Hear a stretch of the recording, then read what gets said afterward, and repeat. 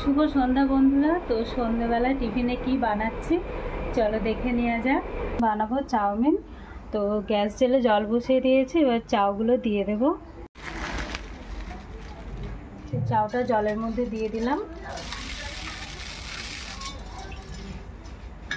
এখানে নিয়েছি কাঁচা লঙ্কা, 3টা কাঁচা লঙ্কা এভাবে চিড়ে নিয়েছি, আর নিয়েছি একটু আদা কুচি। আমি আদাগুলো একটু থেতো করে নেব।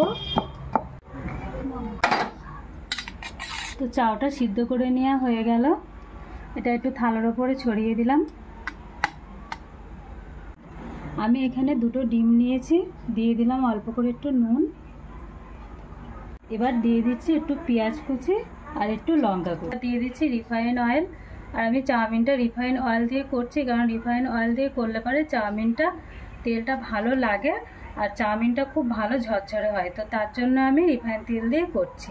তো তেল গরম হয়ে গেল, আর তেলের ওপরে আমি দিয়ে দেবো এখন কাঁচা লঙ্কা আর আদা বাটাটা।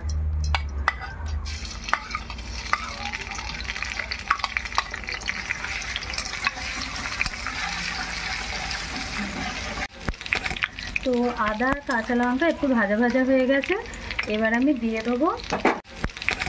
তো আদা আর কাঁচা লঙ্কা একটু ভাজা ভাজা হয়ে গেছে, এবার আমি দিয়ে দেবো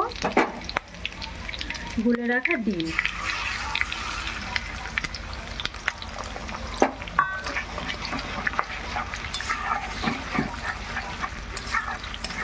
ডিমটা এবার এইভাবে নেড়ে নিচ্ছি, নিয়ে ডিমটা একদম কুচো কুচো হয়ে যাবে, আর এটা ভালো করে ভেজে নেব। দিয়ে দিচ্ছি পরিমাণ মতো নুন,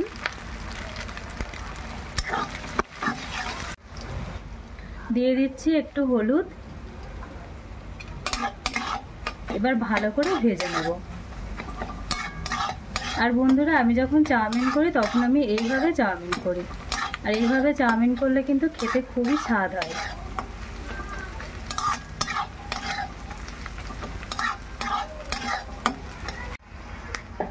তো ভেজে নেওয়া হয়ে গেল, এবার সিদ্ধ করে রাখা চাউগুলো দিয়ে দেবো।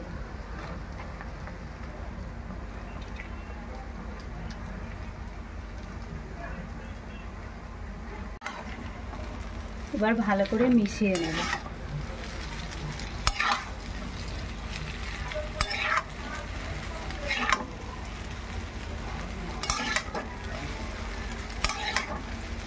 ভালো করে মিশিয়ে নেওয়া হয়ে গেল, এবার দিয়ে দিচ্ছি অল্প করে নুন, আর দিয়ে দেবো অল্প করে একটু হলুদ।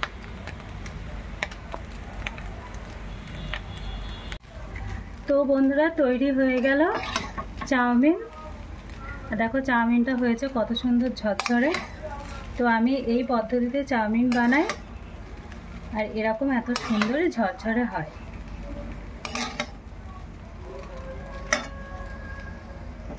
চাউমিন বানানো হয়ে গেল, আর চাউমিনটা খেতে কেমন হয়েছে টেস্ট করে তোমাদের বলছি।